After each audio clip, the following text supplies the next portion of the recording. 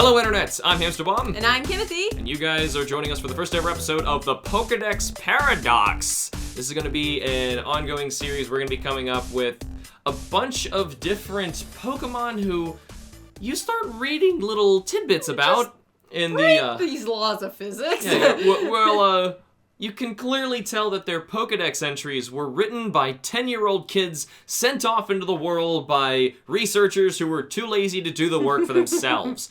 And instead we end up with a bunch of really ridiculous stuff about goop monsters that can punch stronger than anything you'd ever imagine, birds that would disintegrate themselves by flying too fast, and Pokemon that would literally rocket off because of how strong they can punch. And today, we're going to be talking about one in particular that has come up multiple times that people... That is Alex's, least favorite. This one, no, it's not my least favorite. It's the fact that the internet doesn't understand what this really means. And what this really means is actually kind of depressingly disappointing. So let me read the energy. Maybe you guys can guess it first. Assuming they didn't read the title and they didn't look at the thumbnail. Today we are talking about Gardevoir. Right. Is our first episode for Pokedex Paradox. So originally, Kim, give us the original Pokedex entries. And it's not even just the original. It's the Sapphire version of the Gardevoir That's the original. Pokemon. I know, but it's not just rubies too. It's only Sapphires. Okay, it's the original. Read them both. That's the original. Okay. So Gardevoir has the psychokinetic power to distort the dimensions and create a small black hole. This Pokemon will try to protect its trainer even at the risk of its own life. That's the big thing we're going to talk about today is Gardevoir has the psychokinetic power to distort the dimensions and create a small black hole. What? Now... This actually comes up a few more times later. That'll give us hopefully a little bit more clarity on exactly what that means. I've got some actual science to talk about what that would mean. Actually, in later descriptions, it gets even less descriptive. Really? Yes. Because you told me one before we started about it, resisting the pull of gravity. Yes, so there is... Tell me which game as you go do this to. Okay, so we have Emerald. Okay. Emerald, it apparently does not feel the pull of gravity because it supports itself with psychic power. And it will give its life to protect its trainer again. That's right. There's usually... always in there, usually. Yeah, there's two little blurbs in a Pokedex anyway. I don't know what...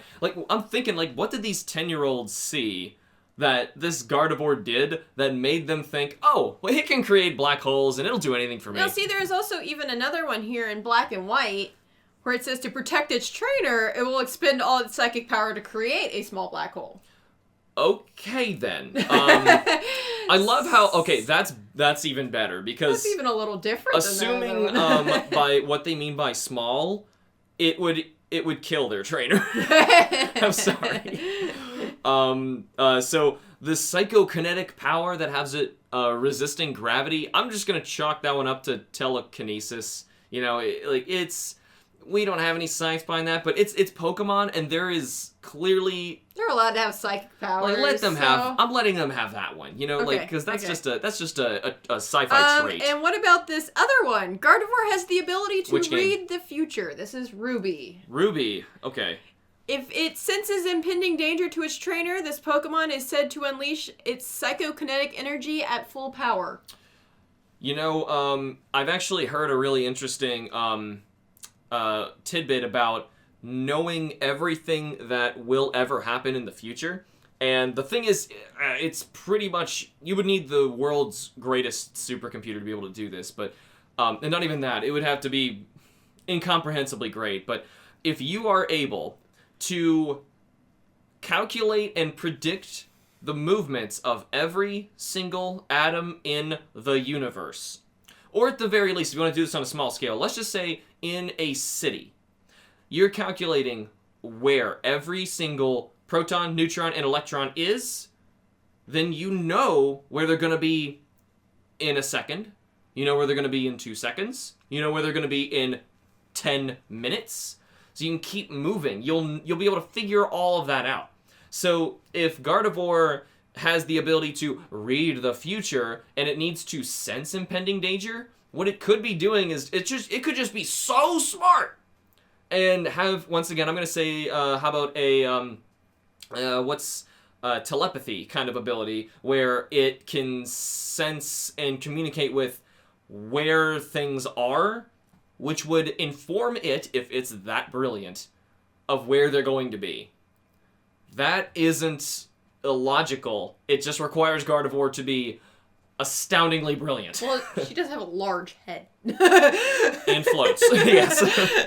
And has legs sometimes. Sometimes. Yeah, sometimes. But the big thing you wanted to talk about are these creation of small black holes, which I knew would take a lot longer than going through the other. It makes me so. Yeah, I know. That's why we might as well hit ourselves with the other ones and see if we can expand on anything else before we do this. Let us know the game first before you go on. Do you want me to read the? It would just be that Sapphire. Looks like black and white and black 2 white to do the same thing about got to protect the trainer and expend this for the black hole. Yes, X and Y even did the same thing. Yeah. And Y looks like it was a repeat of an earlier one. But actually, Sapphire doesn't mention that it's using the black hole to protect its trainer. Okay, that was just a later distortion of the Dex entries. Which is weird because they use the same exact Dex entries in Omega and Alpha. Yeah, that's weird because I'm seeing, even in Alpha Sapphire, it is still digging up this past bullcrap about it creating a small black hole, and it's going to try and protect this trainer, even at the risk of its own life. All right, so I'm just gonna give you the floor, and I'm just gonna listen. No. I'm gonna be asking you questions about this. No. So Kim, what is a black hole? Nothing. You know where they come from? A star implosion. Man, you love the word implosion, but basically, so if you've got a supermassive star and it's at the end of its life. Let's say that this thing is, it's so big that it looks at our star, our sun, and that thing is like a grain of sand compared to this thing, right? That's how big it would need to be. Oh, I'm sorry. I was getting black hole and dark matter mixed up in my head for a moment. Oh, okay, I got you. So, say we have a star that is really huge, and it's at the very end of its life, and the only reason that a star is able to exist is because what is basically causing that burn, that light, that fire that we see is on the inside of it. Its gravity is so dense, it's crushing with so much power the elements that are stuck inside of there. So those things like hydrogen and nitrogen, stuff that's all over the universe, it's crushing them so much that it's splitting the atoms, causing nuclear fusion, and boom, it's just burning.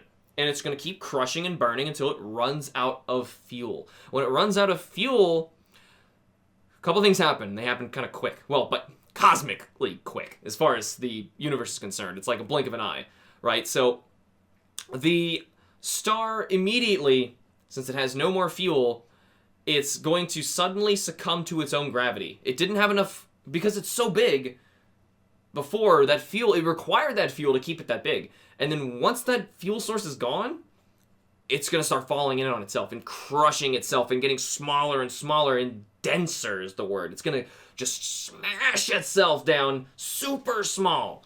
Now, let's say it smashes itself all the way down to the size of our moon, okay? And we see that. We can see it. That's not a black hole. But you need to understand this step so you can understand what the black hole is. That's a neutron star. That is completely burnt out, and it's just super dense. And I should have looked up on here. I wasn't prepared to give you information on like how dense a neutron star is, but like just 1 tablespoon of matter from a neutron star is like thousands of pounds, hundreds of thousands of pounds. It's incredibly dense. It's so heavy, and it's because it's being crushed together because of all that gravity that it needed to hold all that matter together. And since it was all in one place, it's just this super dense ball. Now, what's weird about that super dense ball is it's so dense, it actually starts warping space around it. So if you were standing behind a neutron star, a dense enough one, and I was standing on the other side, I'd be able to see you. The light would bend around this thing because it's so big. And it's so dense, it's crushed in, right? So, now, say the same thing happens, except instead, the star that explodes is bigger. It's way bigger. It's so much bigger that when it starts crushing itself down again after it runs out of energy, it actually gets so super dense that that effect that you saw with the neutron star, where it kind of warps space kind of weird on the edges, it actually collapses in to like the size of a pinhead or something so tiny. And the space around it is now so manipulated that light can't even escape from being pulled in by its gravity because there's so much weight in there. Okay? The edge of where that light kind of stops being able to get away, you know what that's called? The event horizon? Yes. Yay! It's called the event horizon. I didn't want to totally leave you out of this one. So, that's basically what a black hole is. And the only way for it to form is for it to be a giant piece, and what normally naturally occurs is a star. So something so big. So are you suggesting that Gardevoir might be blowing up our own sun in order to do this? No. This is just gonna get disappointing, all kinds of disappointing in a bit. I was curious because what they say in here is Gardevoir makes a, air quote, small black hole. What is small? What do you think small is? I would think like the size of a basketball if I would think of small. Okay, so is that what you guys would probably think of too? I would hope like you're thinking of something that like we can imagine, because even when I'm talking about the smallest of black holes that actually exist out there, you'd barely be able to comprehend how, air quote, small that is compared to an enormous one. Right at the very center of our universe is a super massive black hole, so big we can't even process that. We can't even process how big our own ocean is, and that's nothing compared to some of these things, right? So, I was getting some information on what the smallest black hole is that we've ever encountered, and this comes from space.com from an article called "Smallest Black Hole Found." I'm just going to read from here. Quote, NASA scientists have identified the smallest, lightest black hole yet found. And a new, not lightweight record holder weighs in about 3.8 times the mass of our sun and is only 15 miles or 24 kilometers in diameter. Only. The now second smallest black hole, this is not from them anymore, so end quote for theirs. The now second smallest black hole is about 6.3 times the mass of our sun. So that's how much smaller this guy is. It's almost half. No, think about that. Well, imagine, the universe is enormous. Right. And there's no way that I can't even comprehend how large our sun is, though. So that is even difficult for me to even comprehend what the smallest black hole is. Exactly. And the second smallest one that we know of, you would think there'd be a lot of them that are similar to this, right? But the second smallest one is almost double what this one is, okay? It's super small. And by super small, I'm saying 3.8 times the size of our sun. Our sun alone, and would that even fit into our solar system? No, into our galaxy? Yes, because the mass is 3.8 times that of the sun. And remember, this is super dense. Right, okay. So the sun is burning. It's big. It's just blowing all this stuff out of there, so it looks really big. But the same mass that's in there, if it was collapsing on itself and it was able to succumb to its own gravity, sure, it would be really small. It'd be really tiny, right? So if you took a black hole, and I was kind of confused. I was like, okay, so when they're measuring this black hole, what are they measuring? Are they measuring the event horizon from one end of it to the other? Are they measuring the actual core, that basically what was that neutron star on the inside? Is that what they're measuring? I didn't really get a good answer for that, but I did find something here from windows2universe.org. They say, quote, if the Earth became a black hole, it would have a diameter of about 0.017 meters, about the size of a marble. So think about that. That's how dense these are. If you think of the entire Earth being crushed onto one spot, it would be a marble. So the size, I'm assuming what they're talking about is not the event horizon. That's just a thing that happens. That's just, it's an event. That is what it is. It's not the black hole itself. So I'm assuming this width they're talking about, this 15 miles or 24 kilometers width, that's the neutron star. That's massive, okay? If you had something that size on the planet, aside from the fact that you're going to completely throw off the orbits of not only the Earth, because this thing's probably moving, it's going to throw off the other planets around us. It's going to throw the sun out of our solar system. It's probably going to completely destroy the solar system eventually. So what do you think this means for seeing Gardevoir in gyms in Pokemon Go for us now? I feel perfectly safe. Because I think what they mean by small is different. Because what you were saying, you were like a basketball, or maybe a beach ball. Like, what's the biggest you think Gardevoir could ever make a black hole? Probably like the beach ball, or like maybe like the size of this room. Maybe like a room, like maybe a house. 6 foot by 6 foot. How about this? Thing. How about let's say that the event horizon of the black hole that Gardevoir makes is the size of a football stadium. That's huge. That is huge. Let's say it's able to do that. Okay, for 1 second. Okay. It's able to make this football stadium size black hole event horizon, and we drop that thing in the middle of New York City, right over the park. Okay? What happens? I would assume that it would start trying to take the matter from the Earth, but then not have enough matter to fuel it? Assuming you don't know about one factor that I didn't tell you about yet, basically going on the logic I just told you, eventually it would just start yanking everything in, getting a bunch of new matter, because there's buildings, there's trees, there's earth, there's all this stuff that it can just keep building to get bigger and bigger and bigger and consume the planet eventually, because it's the more it pulls in, the more dense that initial ball is going to be, and the denser that ball is, the stronger the gravity. The stronger the gravity, the more it pulls in, the wider its range, and it just gets bigger and bigger, though eventually it's going to get to the point where it's going to start pulling in other planets with it and completely destroying our solar system. So this is of course after Earth is gone. But, like I said, I'm not worried at all. So it doesn't matter to us. I'm still not worried at all about that. Because of that thing I didn't tell you about, Hawking radiation.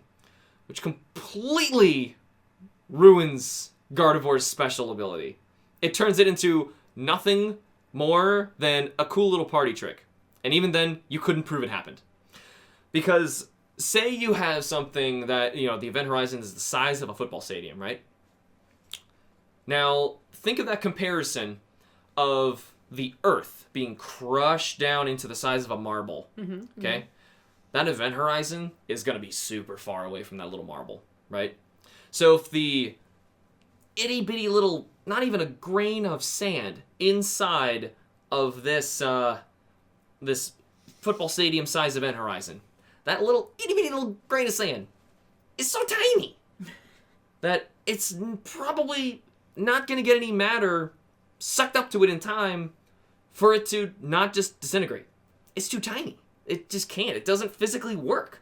When black holes do eventually dissipate. And Stephen Hawking's the one who figured this out, because otherwise they're violating some clear laws of physics.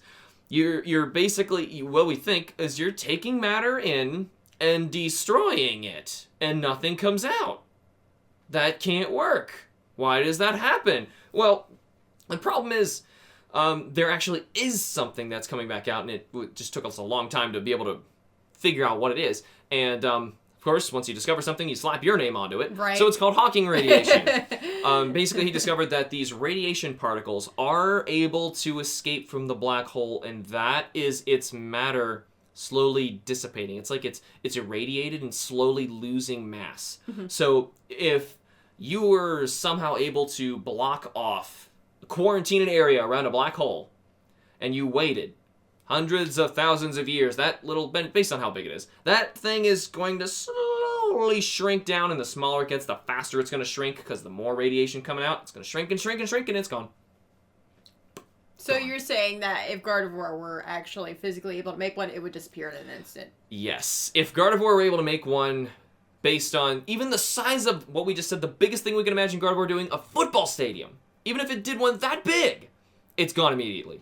If it did one the size of a beach ball, no one would ever know it was ever there.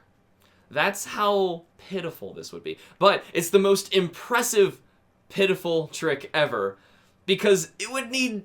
It's like, say it's at a party, and it takes like 2 cups, or a stack of like paper plates, and it says, "Hey guys, I can make a black hole. This is really cool." It, like, throws the plates in the air and get focuses really hard, and then those plates, as far as everyone else is concerned watching it, just vanish. Disappear. They just vanish. And everyone's like, what? What'd you do? And Gardevoir's like, I made a black hole. And they were like, hey, Gardevoir made the plates disappear. Oh, man, we can't eat pizza. And then Gardevoir gets picked out of the party. Well, see, now I've been thinking about it. What if maybe the person who created the Dex entry was just misinterpreting what Gardevoir was doing? And or maybe 10 years old? Or what if it was just actually creating, like, a wormhole? Would that be more probable? A wormhole? Well, a wormhole would look different, but, Yeah, but to a 10-year-old, do you think they know what the difference looks like? It would... I don't know. They don't describe what it does in here, and that's the problem. If they described, like, what it was doing... It sounds more like an intimidation technique in here. Well, it does one of two things. It destroys the entire planet, or nothing. And that's based on the size of it. And I'm banking on nothing. Because it would need to make one bigger than the Earth in order to swallow the Earth. Right, So okay. it's not going to do anything. It's going to dissipate so fast. Now, if, here's the thing. If that super dense spot that Gardevoir made was inside of some other matter, so if Gardevoir was able to super compress those plates and make a little black hole, and then take that super dense, like, grain of sand, it would have to be way smaller than that, but just follow me. And it took that and it just buried it, like forcefully buried it into, I don't know, the dirt. And then let go. And just put hands off after, like, holding that thing together. Then the black hole, that 8-bit black hole, at least has a little bit of matter to grab onto and suck things in and might get a little bit better and you might see it a little longer, but it's still gonna just disappear. So what if maybe Gardevoir is just taking matter around it and condensing it? Oh yeah, that's all it's doing. Yeah. So I'm surprised it didn't say on here, has the psychic power to make things disappear. And also, give everyone a very small... We wouldn't be talking about it if it did. And also give everyone a small chance of cancer. Because, it's hawking radiation. You realize what it's converting matter into radiation. Yes. It's like the best party trick Gardevoir can do is give people cancer. That's all it does. It's not special. It can't do anything really destructive with it. It really can't. I mean, the only thing it could do is take the opponent Pokemon it's fighting and just crush them. Just mentally crush them. Then yes, you'd win the battle. I feel like we need to defend Gardevoir a little bit. You do actually really like Gardevoir. Yeah, You're actually not really like bashing Gardevoir. it. No, I really like Gardevoir. The thing is, what I don't like is 10-year-olds reading the Pokedex. Because yeah, there's like we were saying at the beginning of this episode, there's a lot of really funny Pokedex entries out there. And now that we have almost 700 Pokedex entries. I think we have more than that. Yeah, this can go on for a while. That's before Gen 8 too. Right, exactly. Gen 8's not out yet, so there's gonna be more. It will not stop. In fact, we're think about this. We're nearing Pokemon 1000. You realize what Pokemon's gonna be like when we have more than 1,000, and like their Pokedex entries have to have that extra digit. Bulbasaur's gonna be 0001. Yes. Isn't that wrong? Yeah. That just feels wrong. What if we start back over at 1 again? They did that in Black and White. You know that? Well, yeah, that's how you have Black the and White regular Pokedex. Dex. Yeah, I actually thought that was kind of cool. But either way, so Gardevoir's Dex entry. Like, the only thing that bothers me about it, because I just kind of laugh and go like, ha, that's another stupid Pokedex thing that doesn't make any sense, but I find it funny. Which, of course, this whole series is about stupid Pokedex stuff that doesn't make any sense. The problem with Gardevoir, for me, the number one thing is people on the internet don't get it. And they think it's actually devastating, and it would do something. Other than... Well, now you've explained your opinion to the internet. My opinion. Your factual, Thank you. backed up research to the internet, and they'll still argue with you because they're the internet. And they will still not listen to me, no matter what I say, because that's just what the internet does. I'm aware. Yeah, that's how the internet works. Nothing I ever say will ever matter. Nope. Oh, but either way, that is all the time we have for now. Thank you guys so much for tuning in, and be sure to join us next time for some more Pokemon paradoxes. We're going to be digging through. We have so many of these to do. This is a very easy series to do. It's a fun series. Oh, it's a fun series. It's just, like, where do we go next? It's like, we can't even stop ourselves. There's so many we need to dig into. So be sure to follow us either on YouTube or wherever you get your podcasts, and we will see you all in the next episode of Pokemon Paradox. Bye-bye.